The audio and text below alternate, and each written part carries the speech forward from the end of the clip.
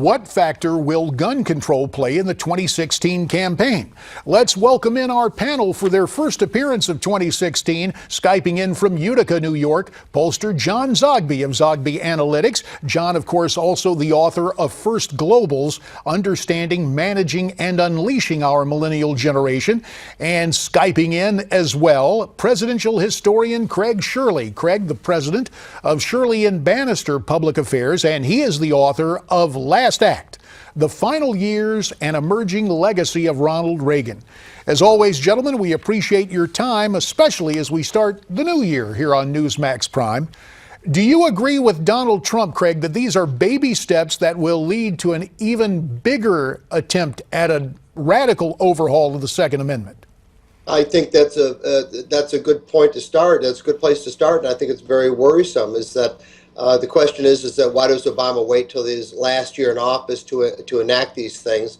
I think he's thinking about his legacy, and not thinking about the Constitution, quite frankly. He's obviously going to meet considerable opposition. I think it's interesting, too, JD, is that there's a new poll out that Americans now oppose the ban on quote-unquote assault weapons, which has never been fully understood in this country anyway. But even so, Americans now, a majority of Americans now ban now oppose the ban on assault weapons in America.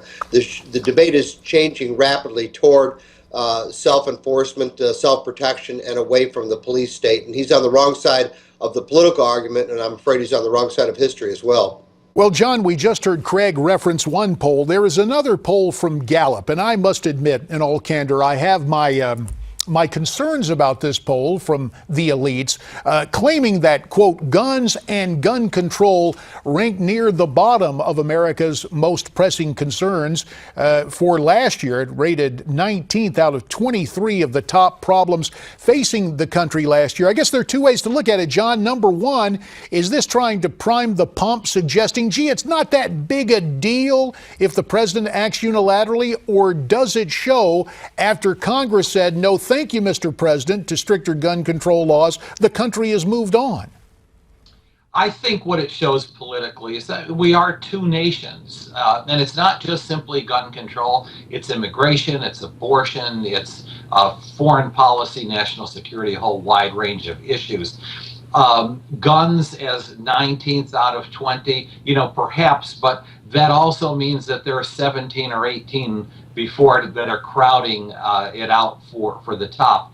I think essentially, and contrary to what I think a lot of your viewers want to hear from me, is that this probably makes a lot of sense for Barack Obama. Not simply, as Craig correctly points out, for his legacy, but politically, this works. There is a high intensity level among liberals and progressives, the key base of the Democratic Party, on this issue and for closing loopholes on gun sales. And in that vein, then, it works for the president. Well, it may mobilize his base, John, but the opposite is true for, I would imagine, conservatives and independents and most Republicans, not to mention some Democrats in key swing states, Craig Shirley. Yeah, I agree, JD, is that there's not quite a countervailing force. There's more than a countervailing force. I would submit that the strength of the argument and the force of the argument and the organization for the argument is more for the Second Amendment, more for self-protection, more against government regulation, government control, or government confiscation than it is for the other point of view. Reagan proved that there was a culturally conservative Democrat in America, and he did so in the 1980 election and again in 1984. There are millions of Republicans and conservatives, yes, but also millions of Democrats, including urban Democrats, who fear the rising tide of crime, who fear government confiscation, and want that right. Even if they don't exercise themselves, they still want to know they have the option to buy a gun if they need to or they want to. Well, now that we are in the election year of 2016, let's take a look at the first ad that comes from Donald Trump. He's stood strong on border security and ending illegal immigration, in fact, suggesting we ban Muslims from coming into the country until we, quote, figure out what the HE double hockey sticks is going on. With that in mind, really as a prelude, let's now take a look at that first TV spot. The politicians can pretend it's something else, but Donald Trump calls it radical Islamic terrorism. That's why he's calling for a temporary shutdown of Muslims entering the United States until we can figure out what's going on. He'll quickly cut the head off ISIS and take their oil. And he'll stop illegal immigration by building a wall on our southern border that Mexico will pay for. We will make America great again. Well, we see that spot and we hear that the Donald is going to spend about $40 million with substantial buys in Iowa and New Hampshire. And John Zogby, I think you'd have to agree, at least in terms of trying to prime the conservative base, he is hitting the high notes right there, is he not?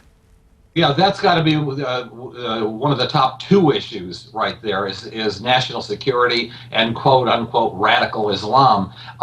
Interesting juxtaposition there of Barack Obama, Hillary Clinton, and then the murderous couple in San Bernardino. He's pressing the buttons. You know, the issue is he's gotten very, very far without spending a dime. But can he get voters out to vote for him? And I don't know if that's a money issue or not. But if he's got the money to spend, which he does, this is probably a very effective ad. There's something else here, and I'd like to get your comment on the ad, but also on the process. Iowa, we know, is a caucus where people have to gather and hear speeches and then vote. New Hampshire is a primary where voters go in and directly mark their ballots. Will this spot play well in both those early states? I would think yes, JD. And I think there's something interesting, too. If you listen to the music, it's very twangy, kind of rural Western, and the voiceover sounds like almost like a Westerner. So I think it has not just political appeal, but it has cultural appeal, too. I think that's what makes it very powerful. And it, obviously in a rural state like Iowa, in a you know, a live free or die state like New Hampshire, this commercial is going to have a lot of appeal. And everybody's right. I think it does appeal to the base, which is what he wants to do right now. He wants to consolidate the base, win Iowa, win New Hampshire, build up a head of steam going into South Carolina. All right, let's go to the other side of the aisle. Hillary Clinton's campaign unveiling a not-so-secret weapon earlier today. Former President Bill Clinton, here he is in New Hampshire speaking highly of his spouse. I do not believe in my lifetime anybody has run for this job at a moment of great importance who was better qualified by knowledge, experience, and temperament to do what needs to be done now to restore prosperity, to deal with these human issues, to make us as safe as possible. So, John, much has been made of Mr. Clinton being an asset, but let's be honest, can he not also be a liability? Yes, he is a liability. Definitively. He works well when he's campaigning for himself and maybe a whole lot of other people, but a husband shilling for a wife, I just don't think works. It did not work in 2007, 2008 very well, and I don't think it's going to work right now either. Well, now this is interesting because you hear Craig, Brother Zogby say he is a liability. Yet when you turn this around, I know my greatest spokesperson on the stump back during my days in office was my wife, Miss Mary. Can you not do that juxtaposition? About 30 seconds, Craig. Well, with due respect to Miss Mary, I would rather have her campaigning for me than Bill Clinton. Bill Clinton, John's right. Bill Clinton is a liability. If he could confer his popularity or his limited popularity, he wouldn't have lost control of Congress in '94, and she would have been elected president in 2008. I think that the negatives are far outweigh the positives. They've tried this before. It hasn't worked. It won't work this time. Fair enough. Craig Shirley in Northern Virginia, John Zogby in Utica, New York. We thank you for your analysis on a frontrunner's campaign in the Democrat Party that could go south based on your comments with the presence of Bill Clinton. What do you think about their analysis? We'd love to hear from you, and here's where you can get in touch with us. Newsmaxtv.com/comments. Up next, our political panel.